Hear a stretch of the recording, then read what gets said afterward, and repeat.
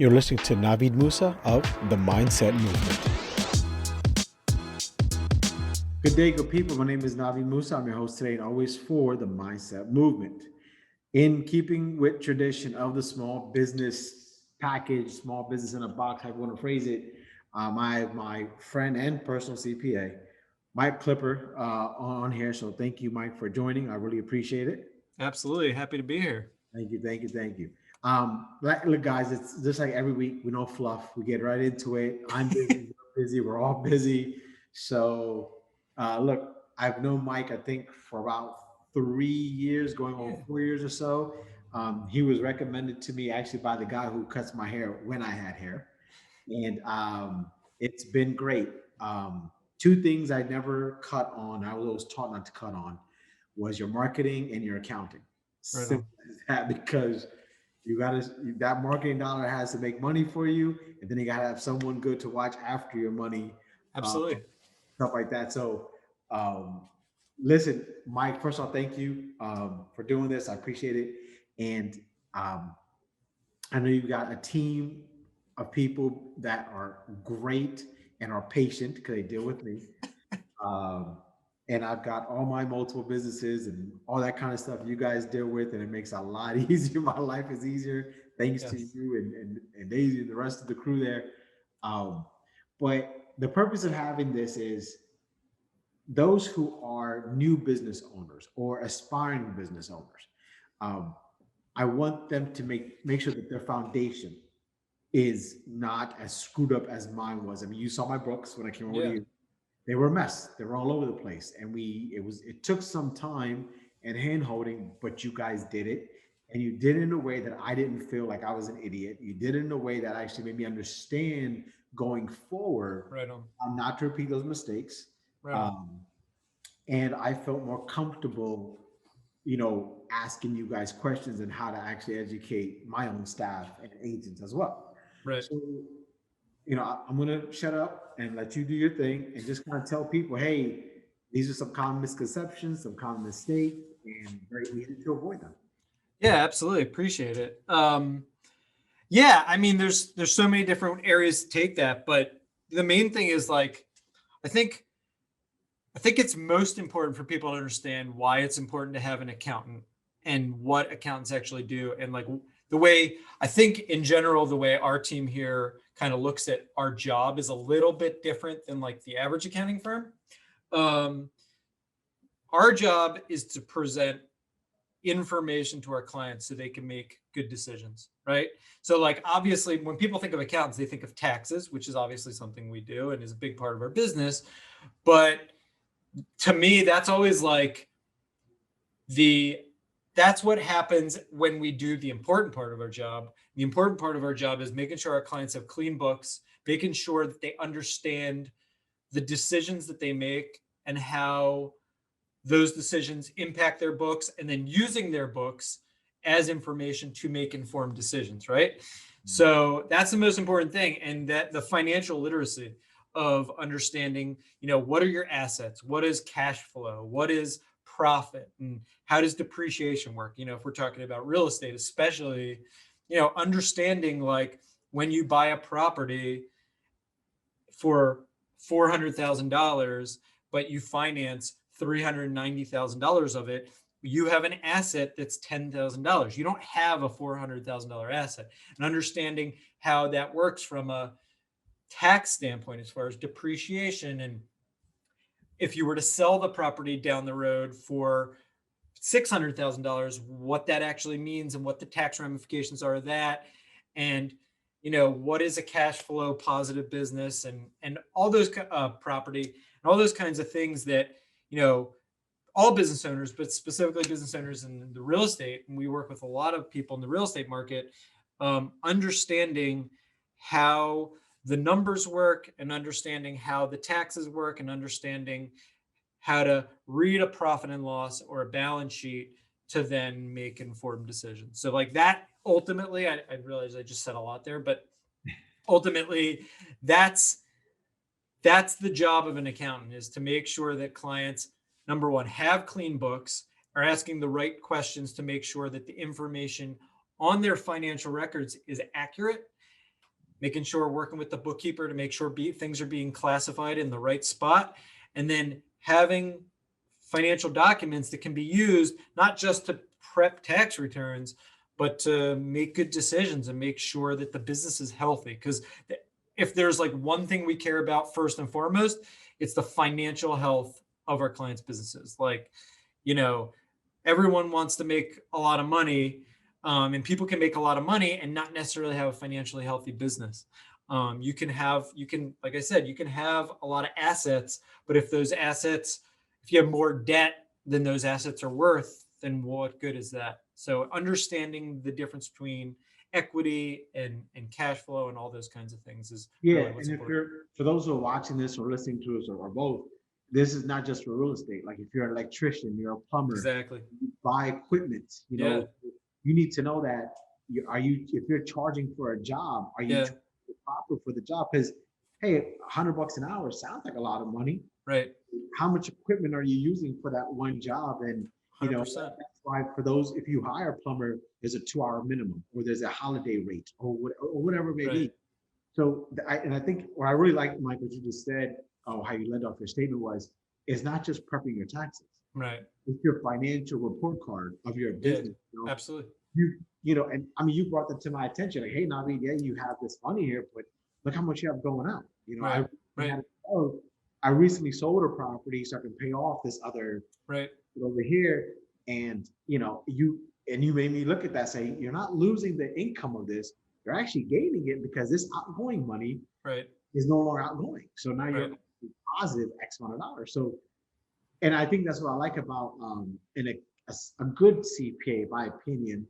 And like I said, I was with my books were a mess before I came to you, and you sat down, and every quarter we go over. Every quarter Yeah. we do an analysis. You say, hey, you're spending this much on this, then Yeah.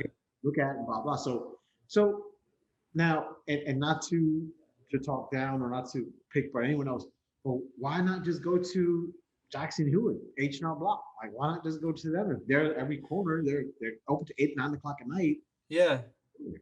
Yeah. It's a good question. And I'll say this, like, and maybe this might surprise you, but I think there's a time and a place for that, right? Like, it's not, in my opinion, it's, if you have a day job and you just get a W-2 and you own a house and you have a mortgage, and like, you don't have a lot of investments, you don't have real estate, you don't have a business, those options aren't necessarily the worst options in the world. You need someone that knows how to take that data that you do have, put in a tax return, shoot out your tax, shoot out what you owe or what you're getting back, and boom, you're done. And that's appropriate. And you shouldn't necessarily go to a expensive or more sophisticated accounting firm for that.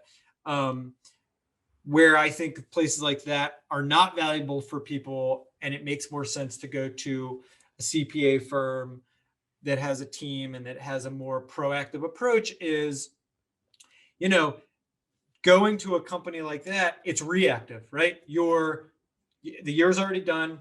Tell me what I owe, or tell me what my refund is. And it is what it is. Our philosophy, and I think good accounting philosophy, especially for business owners, is you want to be more proactive. You want to, like, this is what's happened so far. This is what I expect to happen for the rest of the year. What does that look like if this does happen? What does that look like on my taxes? What does that look like for my bank account? And kind of taking the time to understand the numbers and ultimately understand the goal. Like, what is Navid?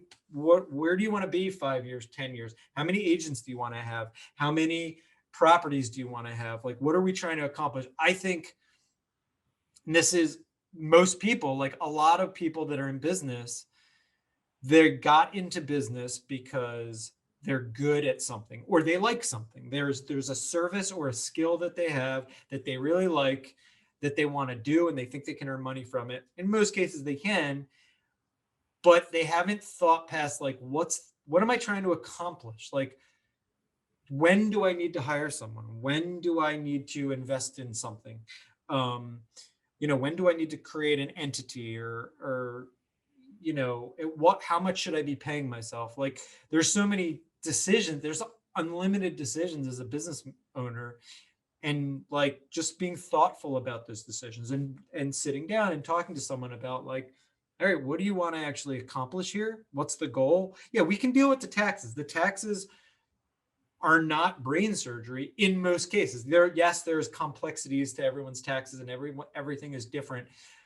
But in general, most accounting practices can do a good job with your taxes. I say that to clients all the time. Like, the average accounting firm can prepare your taxes probably fine. I think the difference between a good accounting firm and an average accounting firm is taking that more proactive approach and talking about like, what are we trying to do here? Like, are you making decisions to try to get to, when you're 55 years old, like, what do you want? How many houses do you want? Where do you want to live? Like, how much money do you want to have in your bank account? And thinking of it from that. And listen, having those goals is one thing, and then accomplishing it is obviously a different thing, of course. Yeah, But like, I think people should think in those terms. Not that you should like be too far ahead, because you should look at things in a quarterly, biannual, annual basis as well. But having goals and understanding like the decision you're making today and how that affects, I always say old you, like the old version of you, like old you wants to make sure that you've saved for retirement. They want to make sure that you didn't spend all your money, and you actually have a game plan, because you don't want to look back 15 years from now and be like, maybe I should have done that a little bit differently. And it's an ongoing conversation. Like, whatever we decide to do now, it's going to change. And like, we have to adjust. And that's why you have to keep having those conversations and keep planning, and just, be nimble in that way. yeah. So, and I mean, I think what I try to tell people is going to a big box store is like, that's your final exam, right? Mm-hmm. Here's what do I owe, or what am I getting back? Mm-hmm. When you have a CPA, it's like you getting prepared for that exam. You Exactly. have little quizzes in between, and Exactly. our quarterly meetings are, Yeah. hey, here's what you said you wanted to be. Right. You're not nowhere near that, because look Right. what you've done this time. Yeah. And look, I got into business because I know what I'm good at. Accounting, right. I'm not good at accounting. I'm not good at accounting. Right. However, and most business owners aren't, by the way. Like, and that's not a shot on business owners. Like, I talked about this with people all the time. Like, you don't learn about balancing a checkbook when you're in high school. You don't learn about a profit and loss and balance sheet in college. Like, most people, unless you went to business school, you don't learn those skills. So like, and most business owners didn't go to business school. So yeah, like, why would anyone assume that anyone knows this stuff? Like, it's hard, and it's complicated. It has complexity. So I'm with you 100%. Yeah, I think the assumption is automatically with the business owner, oh, you own your own business, you're an entrepreneur, you're rich. It's like, no, I'm more broke than I was when I had a W-2 job. That's the honest of it. It's just, but I tell you what I think I like about having a CPA firm, and personally as a business owner in my corner, is that's kind of like my go-to, right? Yeah. This looks good on paper to me, but can you make sure? Because we get excited, right? Like you said, and you hit it on the head. You go into business for yourself because you're good at something, you're passionate about something. And so sometimes everything is just rainbows and unicorns and shining, that you're like, hey, I need someone to give me a reality check, and this is that great of a deal, right? And so having a good CPA, again, in my opinion, as opposed to a big box store, is someone in your corner, someone's on your team, they're looking out for you, they're your tutor, prepping you for that final exam. That listen, I tell people I'd rather write a check to Uncle Sam than get a refund, because then it means you did something right. At least I did something right. Yeah, it's some fair. people don't get it. They're like, why would you like?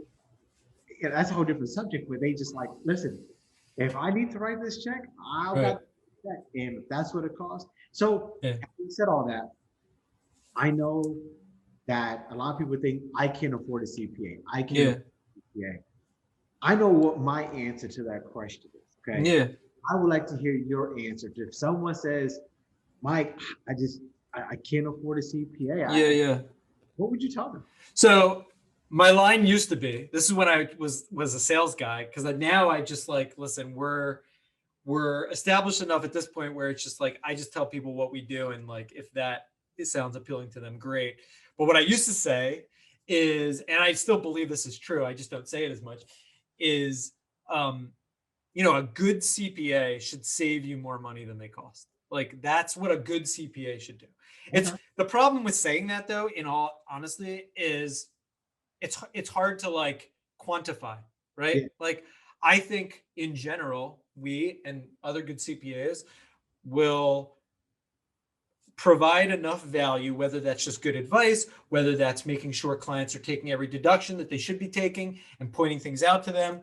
Like there should be enough value add that whatever the cost of that CPA is, like, and it's like with anything, like any service, in my opinion, that you spend money on, they should be adding value, whether that's building a deck off the back of your house, whether that's a CPA, whether that's a lawyer. Like, as far as I'm concerned, there's no reason to pay someone for a service unless the value you're getting back is worthwhile.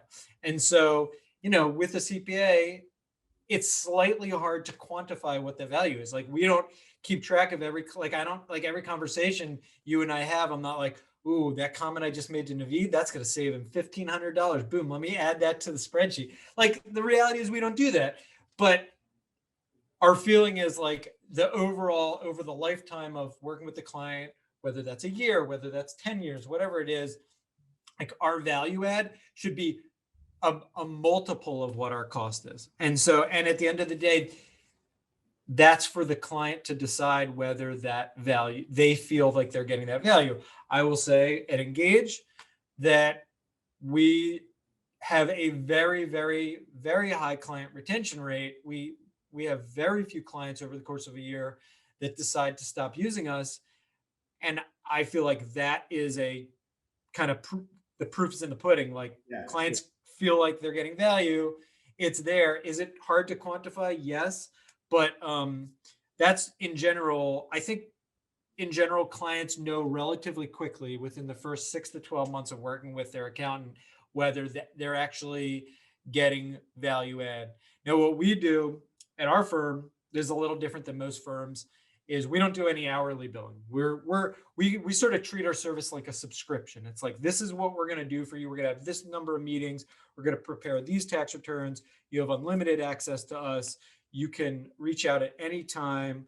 We're basically your business consultant and we're your tax preparer and everything in between. And for that, we're going to come up with a scope of work or an estimated amount of time we're going to spend on your account. And based on that, there's a monthly fee, a monthly subscription, and that's it. And then we never charge clients more than that. I think where a lot of accountants get into trouble, and this is why we don't do it, is every time a client picks up the phone and calls them, they're writing down, okay, just talked to Navid for 45 minutes, and then Navid gets a bill the next month for $150, and it's like, do I really want to call Mike next time I have a question? Because every time I call him, I'm getting a bill for $150 or $200. That doesn't feel good. Like that doesn't feel like value. So, we want, and that doesn't promote a good, healthy relationship. Like it's important, whoever your accountant is, to have a relationship where if you have a question, you reach out. You're not thinking about like, all right, what's the bill like? And it's the same thing with attorneys. Like I think most people's problems with attorneys is like, all right, I have a question and I think it's a very important question. What's it worth to me? What's the bill worth that this question is worth? And people hesitate. And some people don't ask the question and then they get in trouble. Absolutely. The sole reason why I left my previous CPA, and I came to you was, and so 2 points.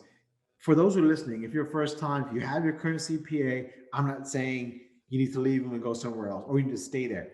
Do not be surprised if you go to multiple people. It just is what it is. As your business grows, your mentality grows and your mindset shifts, and you start learning a lot more things that, hey, wait a minute, this isn't right, or this isn't no longer in my scope of business. I now need to grow. So that means make a CPA. But my initial point was the absolute sole purpose why I ended up going to you was that the previous person was every time I picked up the phone, I got these bills. I'm just like, what is this? I thought this was going to be a fee.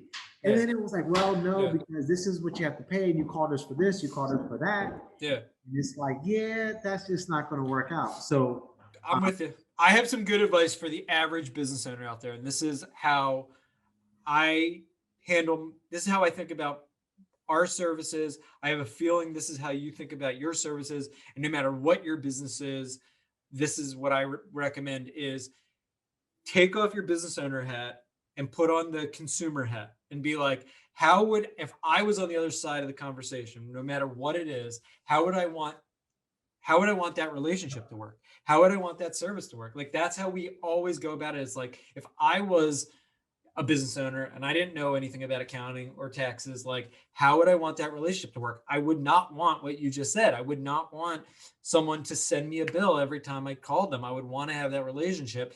And I think no matter what it is, no matter what your business is, if you own an ice cream shop, if you're a real estate agent, if you're a lawyer, whatever it is, like, if you come at it from that perspective, you're going to be more successful, because, like, if you have the empathy for whoever it is on the other side and you're thinking from their point of view and how you would want to be treated if you were them, you're going to have success in general.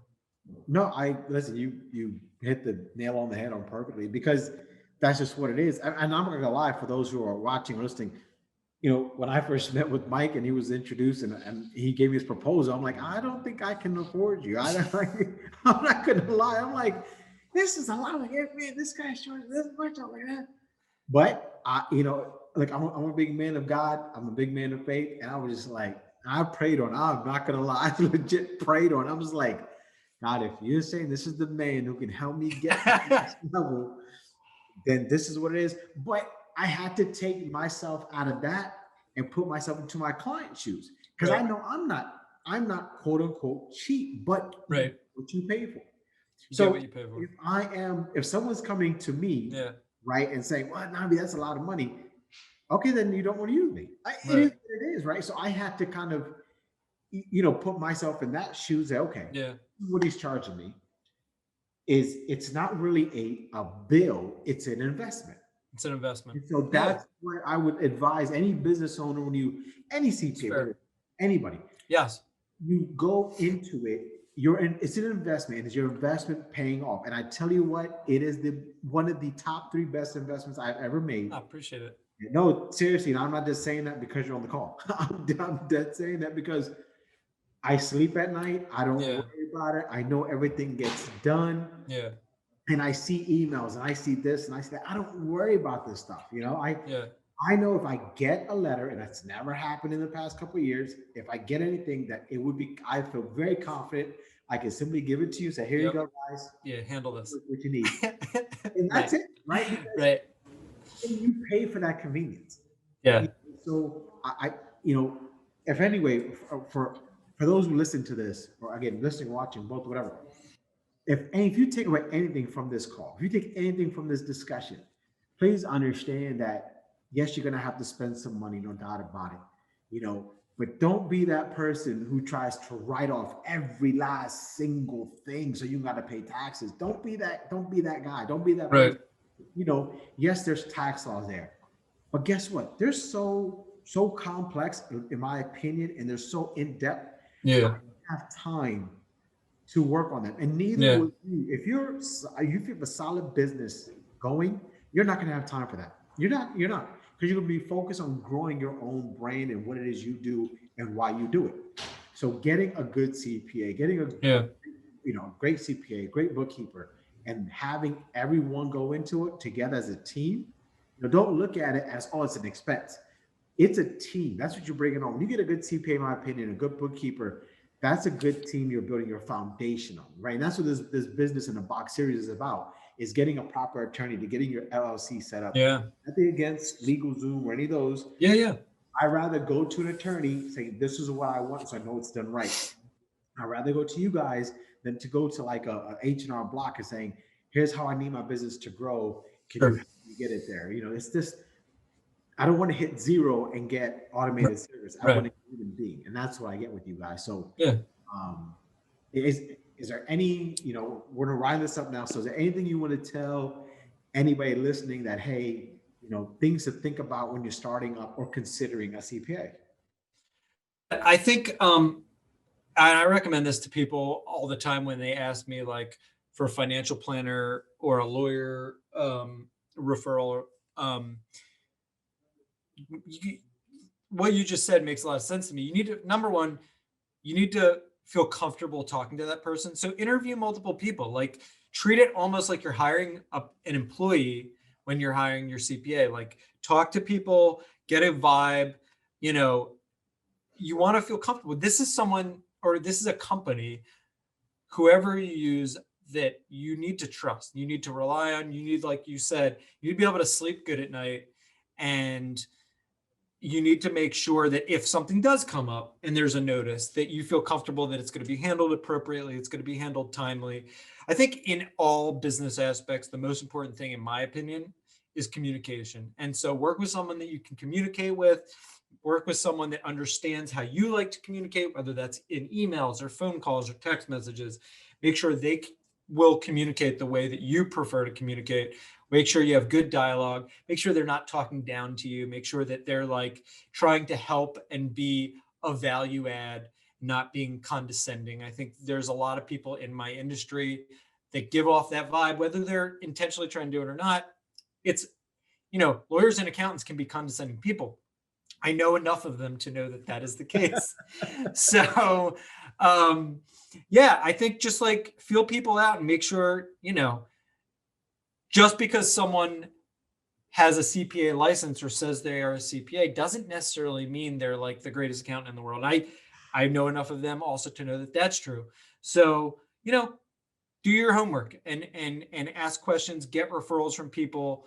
And like you said, like you get what you pay for. Obviously, you don't want to overpay for service, but you also want to make sure that you're getting value, and value sometimes costs a little more than the cheaper option. So that would be my recommendation. Cool. Thank you very much. I really appreciate it. I hope you guys enjoyed it. Thank you, Mike, for being here. Mike Klipper from Engage. Every week I say the same thing. Just do right by the client and everything else will fall into place. And I still believe that, right does, I am Mike's client. He does right by me and everything has fallen into place. That doesn't mean you can raise my monthly return or anything like that. But we have it on video now. Yeah, exactly. But no, thank you, everybody. Hope you enjoyed this. Again, Mike Klipper from Engage, Navid Moosa here from the Mindset Movement. And again, do right by the client and everything else will fall into place. Have a great week. Take care of yourself. Be safe out there. And see y'all next week. Take care, Mike. Thanks again, man. Really appreciate it. Thanks, Navid.